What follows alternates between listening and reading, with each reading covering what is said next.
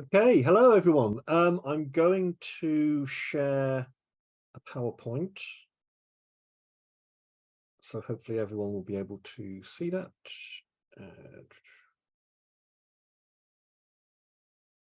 There we go. Okay, excellent.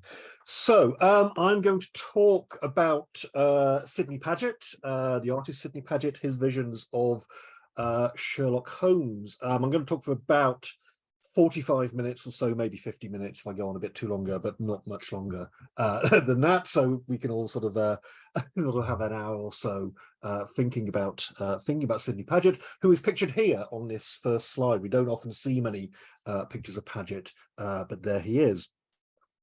So Sidney Paget is not the first artist to illustrate the Sherlock Holmes stories, but he is undoubtedly the most influential. He's a person, I think, who's had one of the most substantial influences on how we picture Holmes as a character. For instance, Paget's visions of Holmes closely influence a number of film and television adaptations, for instance. So we have the film The 7% Solution, which includes some of Paget's images. Most famously as well, I think, we have the influence of Paget, as we see here, on the 1980s Granada TV series with Jeremy Brett. Maybe a slightly more unexpected reworking of Paget. His famous image of Holmes and Moriarty at Reichenbach was then taken up by the American artist Mark Tansey in his visual piece of art, Derrida Queries Demand from 1990. So we see Paget sort of cropping up in these quite unexpected places. But inasmuch as Sherlock Holmes was from the outset a multimedia creation, I think the idea of Holmes being adapted later by visual art, by television, film, and so on is slightly inaccurate. I think from the outset, Holmes has always been adapted by visual art. So inasmuch as Holmes is already, or from the beginning, a multimedia creation, I think he's as much a creation of Sidney Paget as he is of Arthur Conan Doyle, reflected in this rather counterintuitive fact that every time an installment of The Adventures of Sherlock Holmes appeared in the Strand magazine, it's actually Sidney Paget's signature, which appears 7 or 8 times per story, whereas Arthur Conan Doyle's name only appears once at the head of the page, or at the head of the story, rather. So my interest today, however, is not so much in Paget's afterlife as in his early collaborations with Doyle, and in particular on the first of what I consider to be the 3 stages of Paget's illustrative style when thinking about Sherlock Holmes and illustrating Doyle's stories. So the first stage, I would say, encompasses the first 2 series of The Adventures of Sherlock Holmes, published in the Strand magazine between 1891 and 1893. And of course, these are then republished in volume form as The Adventures and the Memoirs. And Paget's style here is more portrait-based. It tends to focus on details rather than spaces, although, as I'll go on to argue in a moment, there are some very striking exceptions to that, including actually the slide I have on screen here. The second stage of Paget's style is mostly contained within The Hound of the Baskervilles in 1902, and this, I think, shows a growing widening of space in Paget's visual universe, and a particular emphasis on landscapes. I'll say a little bit about that towards the end. And that, I think, forms a bridge to Paget's final stage of style in The Return of Sherlock Holmes in 1904, with a move towards a much more sort of photorealistic style. If you look, for instance, at images from the story The Second Stain, compare those to the images in The Scandal in Bohemia, they're much more detailed. There's much more sort of a sense of photographic realism about them. So my aim today then is not quite so much to trace Paget's movement through those 3 styles. And as I say, I will talk about all 3 of them, but the last 2 more briefly at the end. But rather, I want to focus on the first of these stages of Paget's style. So this is the illustrations I'll be focusing on mostly, the illustrations for The Adventures and the Memoirs, analysing the interplay between Paget's images and Doyle's words. And my argument here, because I am an academic, I am an English literature lecturer, so there will be a sort of a theoretical argument here, is that rather than being incidental supplements to Doyle's texts, Paget's illustrations actually play a crucial role in how the narratives create meaning, how they create sense. More specifically, I want to argue that moments of crisis in the Holmesian universe, those moments where Holmes doesn't quite get things right, or where Holmes sort of loses control of events, these moments of crisis in the Holmesian universe are marked by Paget suddenly opening out of the space of his illustrations, and indeed the sparing use of ideas of receding linear perspective in space, as opposed to single line portraiture. And I'll show you some examples of what I mean by that in a moment. So some background first, before we get to sort of more technical stuff, some background on Paget himself. I said just now that Paget is not the first illustrator to work on the Doyle stories, even though he is in many ways the most famous. In many ways, the only ever sort of illustrator, to my mind, that competes with Paget is actually Frederick Dorr Steele and his work for the American Holmes editions, but that is a very different style. Paget is, in fact, almost sort of the fourth or the fifth. I'm not wholly sure the ordering towards the end, but he's the fourth or fifth artist to actually put figures, put illustrations to Doyle's words. The first, of course, is David Henry Friston, in his illustrations for Study in Scarlet in 1887, as it appears in Beaton's Christmas Annual. Study in Scarlet is then reissued in 1888, following year, by Ward Locke, by Charles Doyle, and obviously the relative of Arthur. And Doyle's illustrations for that edition of Study in Scarlet are not great. Actually, they're pretty ropey illustrations, unfortunately. We then get in 1891. Well, is it 1890? So I've got this box in the way. There we go, 1890. So the Spencer Blackett reissue of The Sign of Four has a single illustration. So this is a frontispiece by Charles Kerr. And then finally, before Paget comes onto the scene, or more or less sort of contemporary with him, I'm not quite sure who gets there first. We have Paget, obviously, illustrating for the Strand magazine from 1891 onwards, but at about the same time we have Ward, Locke and Bowden reissuing The Study in Scarlet with images by George Hutchinson. So Paget is not the first person to illustrate Holmes, but he is, I think, the most important. He's already entering a rather crowded field, but I think stamps his authority on these stories fairly quickly. So some sort of biographical background on Paget before we actually turn to the images themselves. So Sidney Paget, the artist, was born in 1860 in Clerkenwell in London, one of 9 children, so one of these sort of classically big Victorian families. And indeed, 3 of those children were artists, of course, Sidney, his younger brother Walter Paget, and then his elder brother Henry Paget, or Harry. Paget was educated at Cowper Street School before spending 2 years studying at the British Museum and then moving to Heverley School of Fine Art. Paget entered the Royal Academy Schools in 1881, and several biographical accounts report that it was here that he first met his fellow student and friend Alfred Morris Butler, supposedly the visual model for Dr. Watson in his images.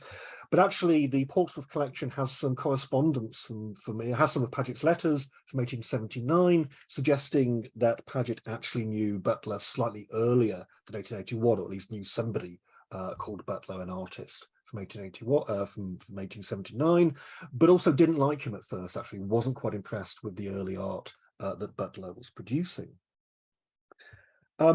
Paget found some sort of modest success at the Royal Academy. He won medals and the Armitage Prizes of 1883, 1885, and 1886.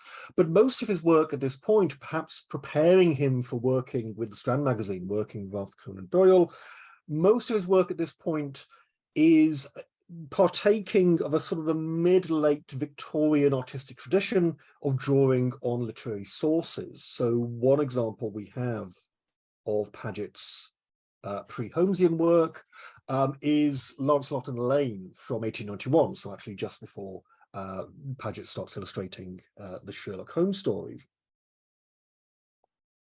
And this, of course, is taken from Arthurian myth, Malory, Morte d'Arthur, and so on. Paget's most notable, however, pre-Strand image took its title from Tennyson's Mariana, Tennyson's poem from 1830. And this is a painting which I haven't been able to locate an image of, but this is a painting called The Broken Sheds Looked Sad and Strange, a scene of rural desertion, which was exhibited at Dudley's Gallery in 1881, the 1881 Winter Exhibition, and actually got a bit of favourable press. It was favourably reviewed by the Art Journal and the British Architect. There's also a very oblique literary link in Paget exhibiting at the 1881 Dudley Gallery Winter Exhibition, because another artist exhibiting her work there was an artist called Kate Perugini, who was in fact Charles Dickens's daughter as well. So Dickens, obviously another Portsmouth writer, so there's a sort of an oblique link to Paget and Dickens through him exhibiting work alongside Dickens's daughter. So while then Paget had a moderately successful career at Heatherley's Art School and in illustration for a range of late Victorian periodicals, his real fame, of course, his fame to us, I think, comes with the launch of the Strand magazine at the very end of 1890. The first issue of the Strand magazine, obviously, dated January 1891, but it first appears on newsstands in December 1890. And from the outset, the proprietor of the Strand magazine, George Newnes, closely associated his new sixpenny monthly with the visual arts. So the first issue of the Strand magazine includes a colour print from the 1890 Royal Academy exhibition, and Newnes appointed the artist William Boot as art editor. Now, Newnes, in launching the Strand, had originally aimed to include images on every page. He wanted this to be a highly illustrated periodical. That proved too expensive, too technically difficult, so instead he compromised by having an illustration on every opening, so on every other page, as it were, although some openings do have illustrations on both pages. And indeed, the offices of the Strand magazine on Southampton Street also incorporated a public gallery featuring the original drawings. There's also a legend, a sort of an account of how Paget came to work for Newnes, came to work for Strand magazine, an account which I think is largely accepted now, but which has initially been disputed. That Boot, as the art editor for the Strand magazine, had actually meant to commission Walter Paget, Sidney's brother, as illustrator for the magazine, but had written a letter simply addressed to Mr. Paget at the Paget family home, and actually Sidney had picked up the letter in error. That account of events is slightly disputed, but it does seem a sort of a quite a nice anecdote, the fact that actually Sidney Paget comes to illustrate Sherlock Holmes almost by accident. So Paget worked prolifically throughout the 1890s up until his death in 1905, or 1904, 1905, I can't remember the exact year. But he worked prolifically not only for the Strand magazine, he actually appears in the Strand magazine even before Sherlock Holmes does, but also for publications including Cassell's magazine, the Graphic, the Sphere, and the Illustrated London News, among many others. Yet his fame derives chiefly, I think, from the Sherlock Holmes work, from the illustrations accompanying Doyle's texts, which extended to the return of Sherlock Holmes in 1904. And indeed, the last story that Paget illustrates is The Second Stain, so the final, the 13th story in the return of Sherlock Holmes. We know he produced at least 359 images, 359 illustrations for the Holmes stories. However, relatively few of those exist today. 26 images are known to belong to a number of private collections and public archives, including the University of Texas at Austin, University of Minneapolis, Toronto Public Library, and indeed the Lancel and Green collection held by Portsmouth City Council. So we know that 26 are dotted around the world. 4 more we know exist. We're not quite sure where they are, and many of the other known images are held in private collections, but often lent out for public displays. The reason why we have so few of the Paget illustrations surviving is for the rather odd reason that that Paget stored his drawings up in the attic at the Paget family home, where most of them were promptly eaten by squirrels. So that's why we only have 26 surviving in the 359 Holmes images. It's sort of poor archival practice. So Today, I don't want to go into too much detail about the artistic and editorial processes involved in illustrating the Holmes stories, as actually I've discussed this quite extensively in my chapter on Paget in the Cambridge Companion to Sherlock Holmes. Instead, today, I want to look at some of the images themselves. I want to look at how they operate, how they work with Doyle's text. In particular, those images from the adventures and the memoirs of Sherlock Holmes, published in the Strand magazine, running from a scandal in Bohemia, 1891, to the final problem of 1893. And we can see, looking at those images, sort of this what I'm calling this first stage of Paget's illustrative career with Doyle, is that Paget's illustrations for the adventures are almost entirely centered on people and portraiture, especially of Holmes, the image of Holmes Paget takes from his brother Walter, supposedly, and considerably a much more handsome vision of Holmes than maybe in Doyle's text. Of the 201 illustrations Paget produced for the adventures and the memoirs of Sherlock Holmes, no fewer than 121 of these feature Holmes, often sort of sitting in these rather abstract poses in chairs, just sitting there thinking. You know, these are not sort of action shots. These are not depictions of things happening. They are simply Holmes and Watson sitting, reading, thinking, and considering. So we have 121 of those illustrations featuring Holmes. We have 82 of them featuring Watson, particularly in the early stories of the memoirs. In the second series of the Holmes short stories, Watson comes to a bit more prominence in Paget's illustrations. Holmes is often pictured alone, as we can see here, on two of the images on these slides, whereas Watson only receives this honor twice. At the end of the final problem, obviously, but also here in the middle, where he's trying to read a yellowback novel from the Boscombe Valley mystery. And in fact, there are two stories where Watson does not appear at all in Paget's images, A Case of Identity and The Glorious Scott. Watson is nowhere to be seen in the illustrations for those images.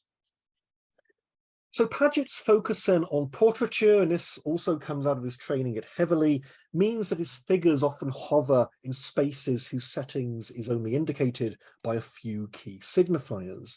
As you can see here, you know, we have Holmes sort of sitting in Baker Street, but seeming to be in this sort of abstract bubble, in this sort of nowhere space. Paget's early images do seem to focus in on people, portraits. There's not much detail in setting. There's not much detail in sort of a continuous sense of space. But there are counterexamples to that, which I will come to in a moment.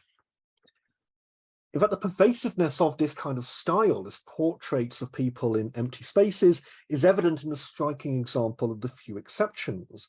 And I think in the Adventures and Memoirs, it's only actually in the opening street scene of The Resident Patient that Paget implies a crowded London that approaches G.C. Haight's famous magazine cover image of the Strand itself, that receding image of the Strand in London. Paget's illustrations, by contrast, tend to employ a more modernist theatricality, a few well-chosen props standing in for a whole setting. However, he did sometimes deviate from this. There are some sort of counterexamples to this which are striking by their movement away from this kind of this bare pictorial style. And indeed, we do see Paget drawing on a slightly more high Victorian realist tradition in images such as Tell Me Everything, Said I, from The Yellow Face of 1893, in which the weeping Effie Munro kneels beside her husband while he turns aside in dismay. And I think Paget is very clearly drawing on similar dynamics from Augustus Egg's Past and Present, but also, as pictured here, George Hicks's Woman's Mission, Companion to Man. So Paget he's drawing on these traditions of Victorian realist painting, but moving towards something slightly more modernist. Actually, as you can see in this image from The Yellow Face, it takes place in a room, but it's not particularly detailed. It fades out at the edges. We don't see too much of sort of the photographic detail of the space. There's no sense this is a sort of continuous space. It takes place in this sort of this cloud-like bubble. So Paget's early focus then on portraiture means that his images tend not to linger on details of setting. they tend to embody this kind of idea of a glance rather than a gaze, a mode of vision that goes straight to its object and excludes everything which seems to be irrelevant. So it is thus tempting then to argue that Paget's images, in excluding the irrelevant, resemble the detective's viewpoint, sort of the Holmesian viewpoint of someone who has eliminated what is necessary to strip down to the truth. But there's also an important regard in which Paget's viewpoint, I think, is distinctly different to that of Sherlock Holmes's. In fact, in many cases, Paget's images put us in the position of Watson rather than Holmes. And I'm reminded here of a critical argument which has been made fairly recent, well, 2017 now, by the critic Catherine Voiles in her article Arthur Conan Doyle's Lens in Clues, a Journal of Detection. And Voiles has recently argued that, quote, the movements between the far and the near, the large and the small, the distant and the intimate, give structure to and set the boundaries of the Holmes stories. Detective fiction condenses the movement between the large and the small and the distant and the intimate by making the detective's own field of vision the locus of that movement. And so Voiles is talking here about the sort of the role of vision in the Holmes stories and talking about the significance of the magnifying glass, for instance, symbolically central, of course, to the Holmes myth, but actually sparingly used in the stories themselves. Voiles, in her article, reads Holmes's cases as a study in the power of shifting vantages as indexes of the truth. The fact that you get to the truth of the situation by zooming in on it, zooming out, zooming in, and so on. Now, Voiles' discussion of vision in the Sherlock Holmes stories, I think, is intriguing, but does have a notable blind spot, which is she doesn't say anything about Paget's illustrations. She doesn't say anything about the most literal embodiment of vision in the Holmes stories in the Strand magazine, the fact that these are illustrated stories. You open up the Strand magazine, you immediately see images of Holmes, of Watson, of the cases they get involved in. And I think part of the reason for Sidney Paget's absence from Voiles' argument here is the fact that Paget's viewpoint does not match Holmes's zoom lens. In fact, the majority of Paget's images are quite static. Most of their subjects are in middle range. Paget very rarely zooms in and out. And when he does so, he does this to signal crisis. He does this to signal that something is not quite right in the Holmesian universe. But as I said, for the most part, as you maybe saw from the illustrations earlier, Paget pictures his subjects in sort of medium range, and he very rarely deviates from that. So this can lead to sometimes quite odd effects in his illustrations. So, for instance, in the story The Cardboard Box,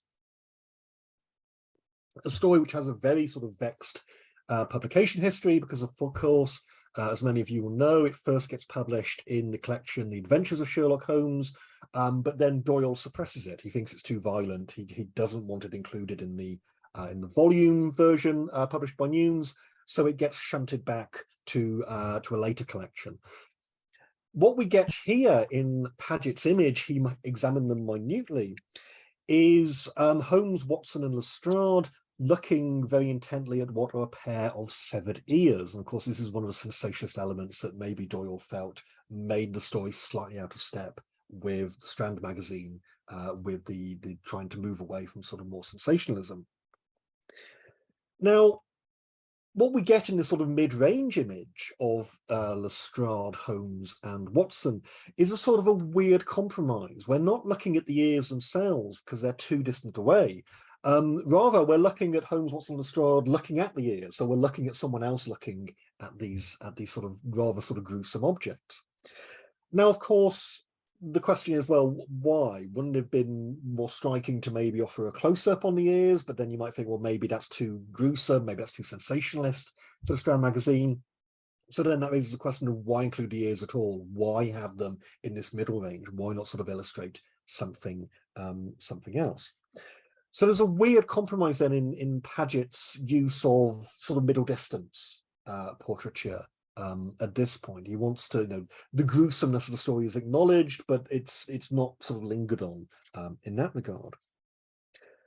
So I'd suggest then that Paget's early images offer a Watsonian view, whereby the initial principles of Holmesian detection have been taken on board, so all of the irrelevant details have been wiped out. So again, with this image of from the cardboard box, we get a sort of an implied brick wall behind the three figures. We don't see a sort of extended street scene. We don't get any clue as to where these people are. It simply says, you know, they're sitting outside. That's all we need. So irrelevant details have been excluded, but not fully developed to their logical conclusions. The most interesting image, the most interesting detail of this image, the ears remain in mid-range, maybe a bit too distant for us to focus on. So, Paget then, I say, mostly uses this sort of unchanging middle range. However, he does occasionally zoom in and out. He does occasionally sort of make play with this idea of changing the distance of his artist's eye, so to speak.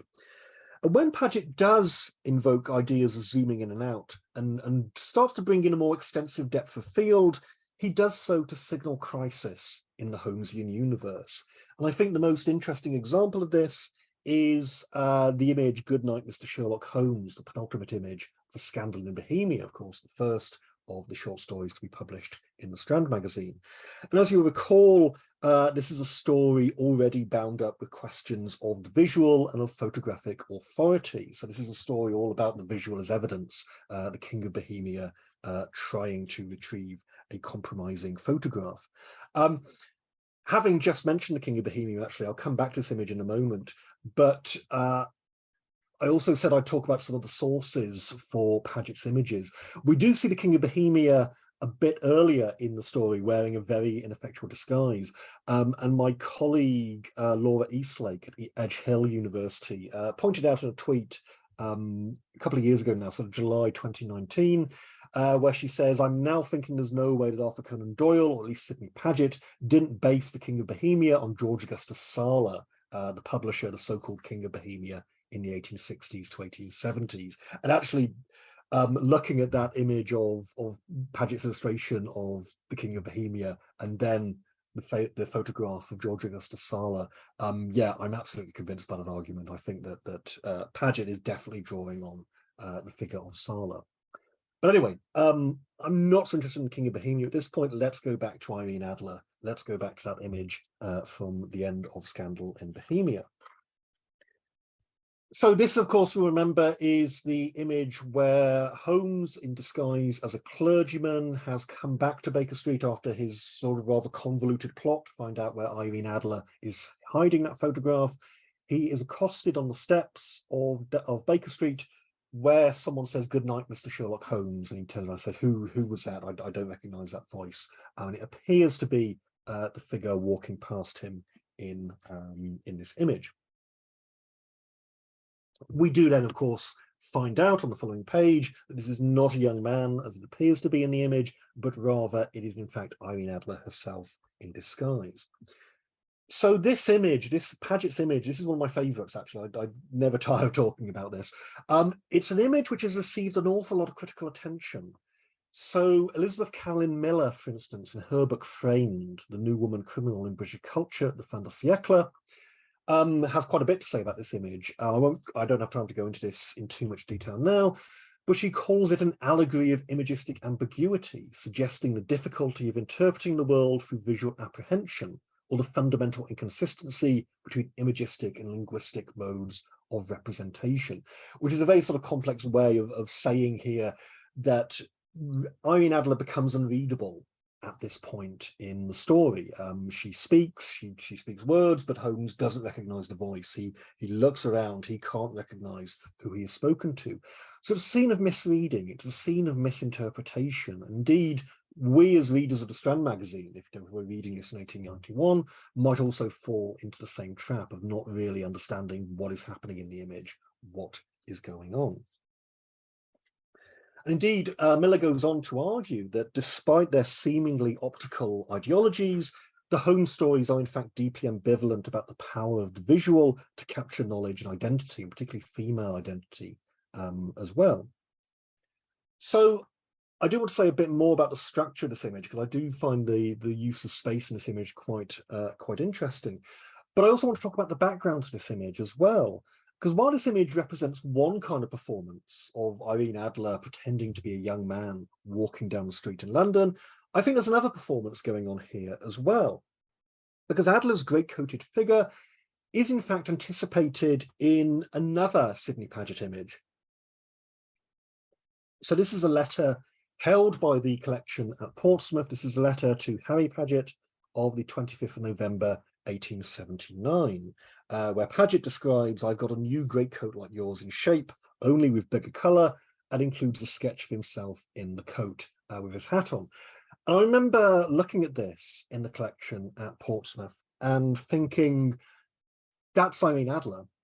That, okay, the coat, the shoulder flaps are slightly different, but I was sort of taken aback. I thought this is the image from Scandal in Bohemia. So I wonder then, might that most famous of Holmesian images also be Sidney Paget having a private joke? And if so, then that play of impostures in A Scandal in Bohemia becomes rather dizzying. We have Irene Adler playing a male role, which in turn is performing Sidney Paget himself as he's drawn himself in his letter to Harry from 1879. And I wonder, did Paget have this image in mind when drawing Adler 12 years later? Did he in fact also recall that in the paragraph immediately before he describes this coat and draws it? I'm going to zoom out actually. There we go, there's a comparison. I should have put that slide up earlier. But in the paragraph before Paget talks about this new coat and does the picture, at the top half of the image there, Paget is also discussing the fact that he's taken part in a reading of Shakespeare's As You Like It as well, another narrative of gender confusion, of gender passing. So in actual fact, Paget read the parts of Adam and William in that play. But I do wonder, does this stick in Paget's mind from 1879 to 1891? Is this in fact a model for Paget's illustrations in A Scandal in Bohemia? So that strikes me as interesting. That strikes me that as a potentially intriguing source for what Paget would go on to do in the Strand magazine sometime later. However, I want to go back to this image as it appears on the page of the Strand magazine as well, because I think what makes this image particularly interesting is that it's the first of the Paget Holmes images to offer any sense of a continuous visual recession into space. As you will have seen earlier, those earlier images of the Holmes stories tend to have their people floating in nowhere spaces, floating in these voids. Suddenly, we get to the end of Scandal in Bohemia, the scene where Holmes gets it wrong, where he doesn't recognize the voice, he doesn't recognize Irene Adler, and suddenly we get this sense of a receding street scene. We get the sense of actually of Baker Street as a continuous space. So why then is this important? Why is this significant? Firstly, I think it gives rise to a previously unnoticed curiosity about this image, about Goodnight, and especially how it appears on the page. Because when I first noticed this, and when I first noticed that Paget is playing with ideas of receding perspective, I then began to wonder, well, where's the vanishing point of this image? And then I started sort of playing around with lines, following the line of the street back. Paget's use of vanishing points is actually pretty good in this image. So if you follow the line of the pavement, he kind of gets that railing slightly wrong. The railing is heading off somewhere else, but he is mostly correct. But if you trace the vanishing points of the receding lines in this image, you get a really curious effect, because the vanishing point, as you can see, is pretty much coextensive with the end of the printed page as well. So this is really nice, I think. We've got Paget's visual universe coinciding with the edge of the printed, the Doylean word in the Strand magazine. But there's an even better effect here, because the vanishing point of this image, so the end of Baker Street as we're looking down it, actually, and I don't know if you can see that on the picture of the Strand magazine there, it coincides with the word the door of Bryony Lodge. So this is actually Irene Adler's house, Irene Adler's street.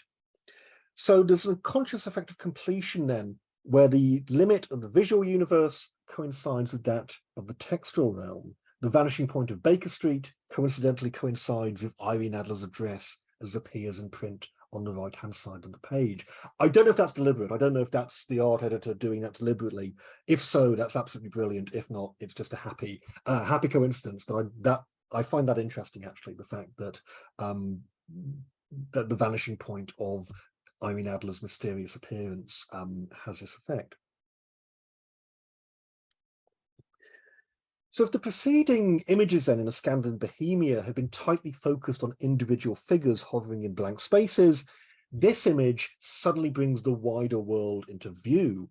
It dramatizes two of the art critic and philosopher Erwin Panofsky's argument about the symbolic function of linear perspective in art. Firstly, that it has the effect of extending imagined space beyond represented space, so we can imagine Baker Street continuing beyond the edge of the frame here. But secondly, the perspectival art places its viewer in a particular place. It situates the subjective eye in a particular position. So in using visual perspective, linear perspective in this image, Holmes is not the only one being held in the street. We're actually seeing Baker Street from a particular position. This in turn raises questions of perspective in art in relation to Paget's work, and the parallel questions of knowledge raised by both visual perspective and Holmesian detective fiction. So what I find interesting then about the sudden use of this perspectival receding space in Paget's image in A Scandal in Bohemia is the philosophical question of knowledge raised in the concept of linear perspective itself. As no less an authority than John Ruskin commented in his The Elements of Perspective, images with a vanishing point discipline the eye of both the observer, the viewer, and the artist. It places us in a certain position in relation to the image. Because on one hand, pictures organized around a vanishing point, such as this one, are based on a subjective point of view. They show us this particular scene of Baker Street from this particular person standing in this particular place. So they're very subjective. They're based on embodying a certain point of view. But on the other hand, linear perspective is also invoked as a representation of an objective truth, independent of any observer. So the art historian Ernst Gombrich, for instance, assigns to linear perspective the Holmesian ideal of discovering truth rather than opinion. This is how things actually look. This is how things actually appear. Now, I know this seems quite abstract. This seems quite technical art historical or art theory stuff. But in fact, these are questions that Doyle himself had raised in his earlier pre-Holmesian writing. So he says in an article published in 1882, so this is Up an African River with the Camera for the British Journal of Photography, Doyle talks about the effect of showing photographs to people in Africa. And he makes an explicit distinction between linear perspective and the kind of single plane images implicit in the context of photography. And he notes that single plane portraits seem to be the default mode of vision among Africans. So he writes, it's curious to see the effect which a photograph has upon the perfectly untutored mind. I frequently observed it on the coast when showing natives prints of places with which they were familiar from their infancy. A portrait would be hailed with roars of delight, but landscape was a dead letter among them, and I have never known a savage recognize a place from its representation. Appreciation of perspective seems to be entirely a matter of training and cultivation. The savage eye sees a large hut and a small one in the picture before it, but the undeveloped brain fails to draw the inference that the small one is small because it's further away. Children and artists in the early days of art always depicted every object as being on the same plane. I frequently observed in Africa that the first thing a native does when you show him a landscape is to turn it round and look at the other side of it. Now, it's not clear here whether Doyle is regarding perspective as a constructed artificial system or rather as an objectively truthful mode of representation that the Africans have simply not learnt to recognize yet. However, I do find this is an interesting comment that Doyle is making in the context of A Scandal in Bohemia, because Doyle is sort of here making fun of these so-called untutored minds, these so-called savages, wanting to turn over the piece of paper to see what's on the back of the landscape view. But let's go back actually to that image of Irene Adler in A Scandal in Bohemia, because I think something very similar does actually happen with the readers of the Strand magazine in 1891. Because on the left here, we have page 73, the image of Adler walking down the street. And bear in mind at this point, we don't know who is in the image. We don't know who that person is. We might have a good guess. We might surmise this is maybe Irene Adler, but it's not actually until page 74.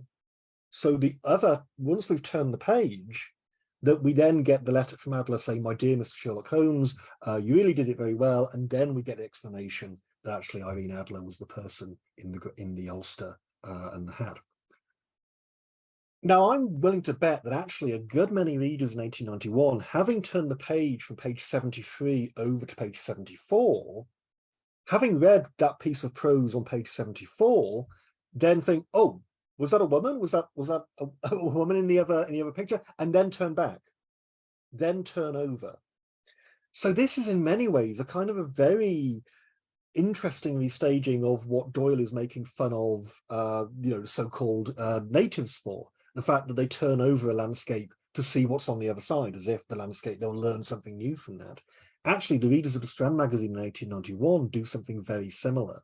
Having seen that image of Adler within a landscape, they then find the explanation on the opposite side, page 74, but then having had that explanation, turn back to check to see how, but is that really a woman? Is that really somebody in disguise? So, what does all this mean then for reading Arthur Conan Doyle and the interplay between Doyle's words and Paget's images? While Holmes's much vaunted science of deduction implies this objective field of knowledge, in practice, his method depends on the perspectival position of the observer.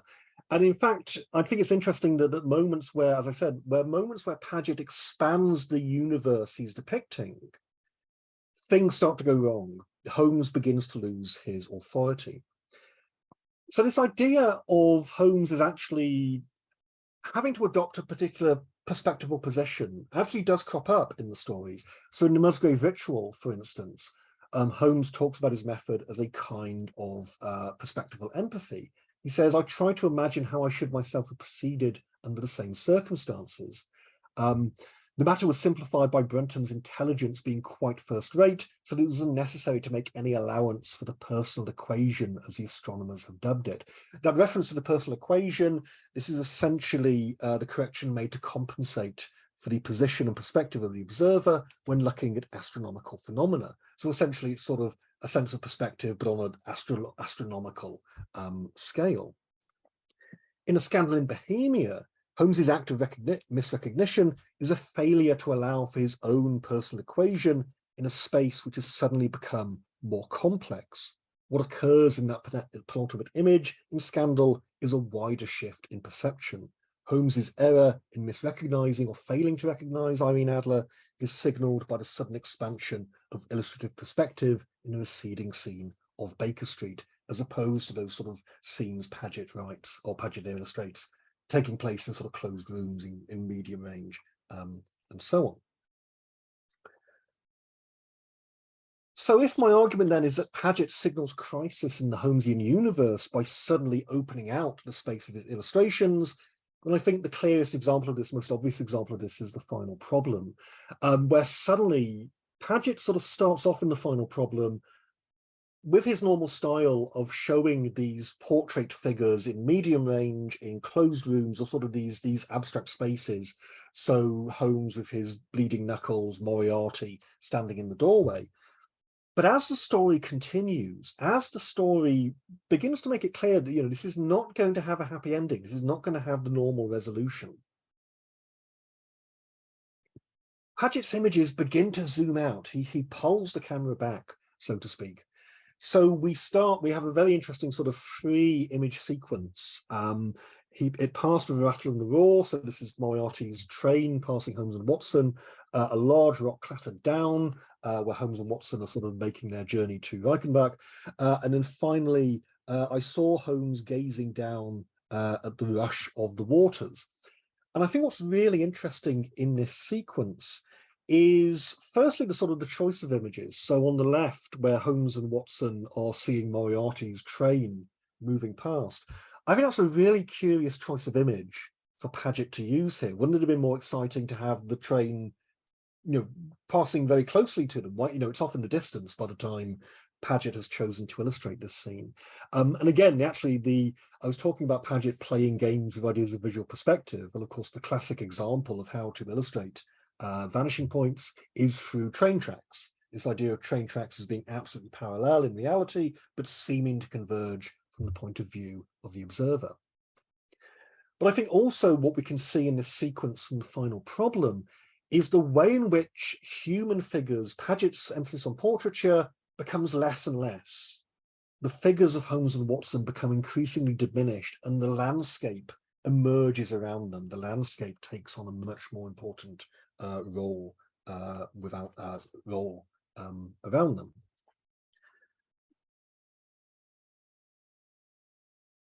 So, and until after we get to the end, or yes, one of the final images from the final problem, where Holmes, you can barely see him actually. I can buy that image on the right. This is a very unusual image in the Paget universe.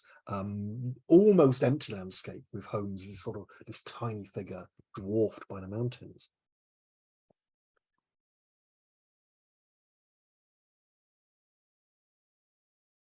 So this then leads us to actually the opening image of the final problem, which sort of is a bit of a spoiler, but I think George Newnes is doing this sort of very carefully to avoid shocking an audience, or to avoid any kind of sense of a sensationalist ending. But this image is also really interesting because we can also see here it's another one of those images where Paget is signaling the ultimate crisis in the Holmesian universe, the supposed death of Sherlock Holmes, by completely opening out the space of the image. I think also really interestingly, if we go back to that sequence of three images from the final problem, I think what's also really interesting here is the encroachment of the frame as well. How you can see the black frame starts to appear here when we have Holmes and Watson at the railway station. The rock that clatters down on them from the mountain, we begin to see the frame again sort of growing in size. The image of Holmes alone at the mountain, at the waterfall, again we can see the frame sort of beginning to really enclose Holmes and Watson here, or Holmes himself rather, here. And then we get the death of Sherlock Holmes, which is a sort of a proleptic image because it appears first. It appears at the beginning of the final problem, but it is, of course, one of the final images. It is one of the final stages of the story. And by that point, the frame is complete. And what we see here is sort of this movement towards a slightly more photographic style. So this is a really interesting shift for Sidney Paget. He's moved from that earlier style of middle-range portraiture, people in these sort of very abstract, empty spaces, to something that looks like it could be a postcard, something that looks like it could be a photograph. It's also one of the few of the early Paget images to be completely boxed off. As you'll have seen, most of Paget's images from earlier tend to be sort of circled, or they fade out at the side. Whereas here we get an image of a much wider landscape, which is boxed off. And I think the implication here is that suddenly the world is much wider than Holmes can control. It's much wider than Holmes can really have power over. And actually the frame is sort of this arbitrary edge which has been put on this depiction of a much broader world, of a much broader Holmesian universe. Okay, what am I doing for time? Oh gosh, it's nearly 5 to 8. There were 2 more images I was going to discuss. I think because I've overrun slightly, I'm just going to focus on one more. I think we'll finish with The Hound of the Baskervilles, I think, which is, of course, the novel of Holmes's spectral resurrection. It is, in many, obviously, the first novel published, after the final problem, but Holmes is not quite alive at this point. This is a retrospective adventure. He still remains dead. So we get in the images of Hound of the Baskervilles, Paget, having sort of opened out this space at the end of the final problem, kind of sticks with this technique throughout Hound of the Baskervilles, because Hound of the Baskervilles is, of course, a novel about geography. It's a novel about landscape. So really, Paget can't quite do it justice by going back to his earlier technique of looking at portraits in middle range in enclosed sort of interior spaces. So I think the most important image from Hound of the Baskervilles in this respect is the Man on the Tor, which opens out the space of Paget's depictions of the Holmesian universe, and really quite dramatically, actually. If you thought the final problem was opening it out, this takes it to another level entirely, I think. Because unlike the image of Baker Street and the Scandal in Bohemia, there aren't any receding architectural lines to give us a looped vanishing point.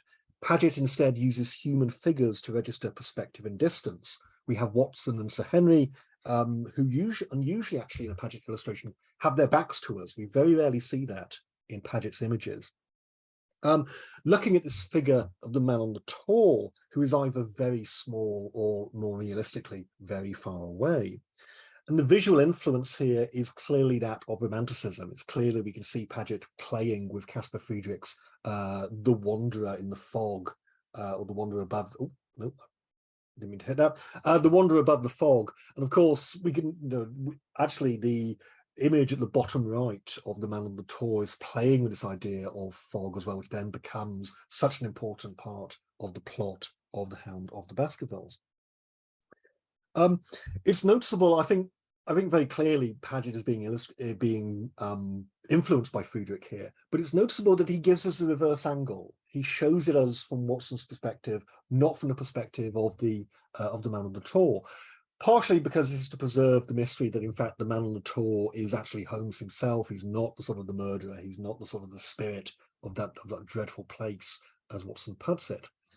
But I think there's also another effect going on here, and that's the inclusion of the moon in this image of the Man on the Tor.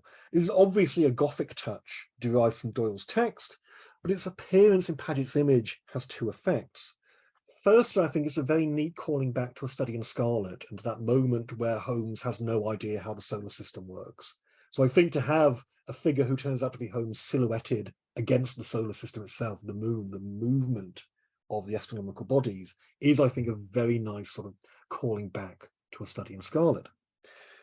But secondly, and more pertinently to my argument, it means that this image is possibly the most spatially expansive of all Paget's Holmes illustrations.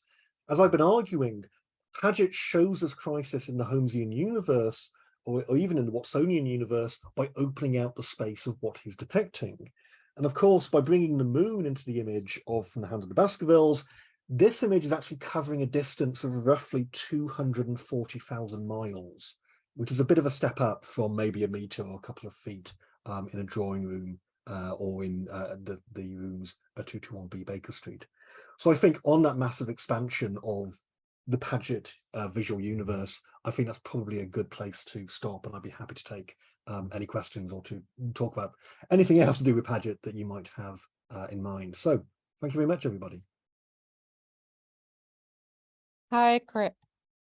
Hi, Chris. That was fantastic. We've had a few comments saying, please do carry on. Okay. I think people are really keen. So if there is anything else that you wanted to continue with, we'd be happy to hear. Okay, yeah. In that case, then. Sorry. I don't want to keep people because I went on far too long, didn't I? Let's have we'll just have a quick look at because there was one other image that I wanted to look at. So let's go back to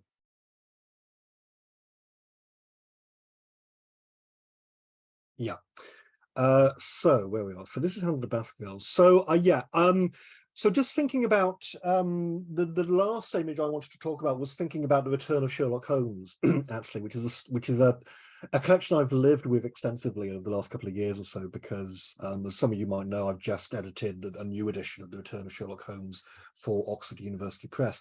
Unfortunately, we couldn't get the images in there because including all of the Paget images was a bit too complicated, which is a real shame, because actually I think part of my argument here as well is that, you know, the images are important. Paget's illustrations are absolutely vital, I think, to really grasping the Holmesian universe, at least as it appears to readers of the Strand magazine in the 1890s. So yeah, I did want to sort of say a few things about this image from The Empty House. So of course, the story where Holmes comes back from the dead, or rather literally comes back from the dead, rather than being sort of resurrected in a sort of a half and half way in Hounds of the Baskervilles for the retrospective adventure. So what I was going to say about The Return of Sherlock Holmes, this is the last series that Paget illustrates for Doyle. And the style of his illustrations becomes much more, again, photographic. As I said, he starts moving towards that with The Final Problem, develops it in Hounds of the Baskervilles. By the time we get to The Return of Sherlock Holmes, his style is really very detailed indeed. So if you think, for instance, I don't have it on the slide, unfortunately, but there's an illustration from the second stain where Holmes is lifting up the drugget in the in Trelawney Hope's office. Oh no, it's not in Trelawney Hope's office, but no, it's in I forget where it is. But he's pulling up the drugget to find where the government document has been revealed, or has been concealed rather. And that illustration is really quite striking, because suddenly you see the entire room. It's very finely detailed, very finely painted and then engraved. And it looks sort of so photorealistic. And you think back to, you know, what he's doing in A Scandal in Bohemia, what he's doing in, you know, Case of Identity and so on. And it's a real shift of style. It looks much more like a photograph than the early images did. However, the image I do want to talk about maybe is slightly harking back to the older style. So this is from The Empty House, and this is the scene where Holmes and Watson are looking at 221B Baker Street. So they've basically taken this very circuitous route to the house across the road, and we have Holmes and Watson looking at the bust of Holmes that is silhouetted in the window. And I think this is a really interesting image, because it's kind of, the style of it is maybe less photographic than Paget would go on to produce for the rest of the Return stories. It is sort of harking back to that earlier style, but it's doing so in a way which I think is quite sort of self-aware. And what interests me about this image actually is, I spoke about framing in The Final Problem, the way in which that black frame begins to materialize around Holmes and Watson in The Final Problem. And of course, there's a sort of a visual pun there on Victorian notifications of death having a sort of a black frame around the envelope and so on. So Paget is doing something quite clever there. But we see that theme sort of being picked up again in The Empty House, because what really interests me about this image is, again, we get that sense of a sort of a receding space. So in many ways, it's a kind of a companion image to Irene Adler in The Street at Baker Street. But we also have this succession of images. We have, not images, a succession of frames. So if we think about what we're looking at here, the main focus of the image is the sort of the fake Holmes, the bust of Holmes, who we are viewing through the window of 221B Baker Street. So already this image of Holmes is being framed, but then we're seeing that through another window frame, which is the frame that Holmes and Watson are looking through. And again, actually, there's also a really interesting echo here with the man on the tour, because again, we've got observers with their backs to us. Like I said, it's a really unusual move for Paget to do that, and he does it again actually here in this image. So we've got Holmes and Watson looking through a window frame, looking at this, so, you know, supposedly this fake Holmes, who is himself framed by another window frame. But we have another frame as well, which is the frame of the actual image itself. As you can see here, that's all, again, that black frame there, which is itself framed by the page of this image as it appears on the Strand magazine. So what we get here in this image is this rather sort of dizzying succession of receding frames. The window at 221B, the window that Holmes and Watson are in, the framing of Sidney Paget's image, the framing of that image on the page of the Strand magazine. And we begin to wonder, well, where does this series of frames end? Can we potentially sort of extend this backwards even further? And I'm really interested actually in reading this image. There's a lot of interesting critical work that's been done on ideas of frames and thresholds in Victorian fiction as well. So one of the quotations I have on the slide here, this is a critic called Audrey Jaff and her book, The Victorian Novel, Dreams of the Real. She's not talking about Doyle, she's actually talking about George Eliot and George Eliot's novel Adam Bede. And Adam Bede, some of you may recall, opens with this kind of cinematic zooming in on the characters, moving through the threshold, the doorway of the house to move in to see, what are these people doing? What are these people's lives like? And Jaff makes this quite theoretical argument about the idea of the threshold or the idea of the window frame as being a metaphor for realist Victorian fiction. What realist fiction does, what the novel does, is it says, let's peer through the window at these people. The novel becomes this threshold, it becomes this window through which we can see these people doing this everyday stuff. So Jaff says, so the beginning of Adam Bede, situating readers at the metaphorical threshold of a house or home or window. Eliot's image situates them and also us at an ontological threshold as well. For what kind of fantasy exactly is a fantasy of solidity, of ordinary people going about their business? Jaff's point here is that the frame makes the depiction of what's in the frame seem more realistic, as if you're peeping through a keyhole, peeping through a window. So I'm sort of interested in how this works with Paget's image in The Empty House. The fact that it is all about people looking through frames. You've got, and this rather sort of dizzying formulation of the real Sherlock Holmes, which is already a sort of an odd proposition because Holmes is already, he's a fictional character. He's not real in that sense. But we have a real Sherlock Holmes looking through these two frames at a fake Sherlock Holmes, at a false Sherlock Holmes, an image of Holmes. And my PhD student, or my recent PhD student actually, Catherine Bromley, who actually did the PhD with the University of Portsmouth, but also in collaboration with Portsmouth City Council. So she was using the Launceston Green collection. Kate has a really interesting argument about this particular image and sort of the framing in this image. And Kate sort of sees this image as potentially being a sort of a metafictional reflection on the fact that by 1904, by the fact that Holmes comes, or 1903 rather, when Holmes comes back in The Empty House, he has a fandom. He has all of these people who want to hear more about Sherlock Holmes.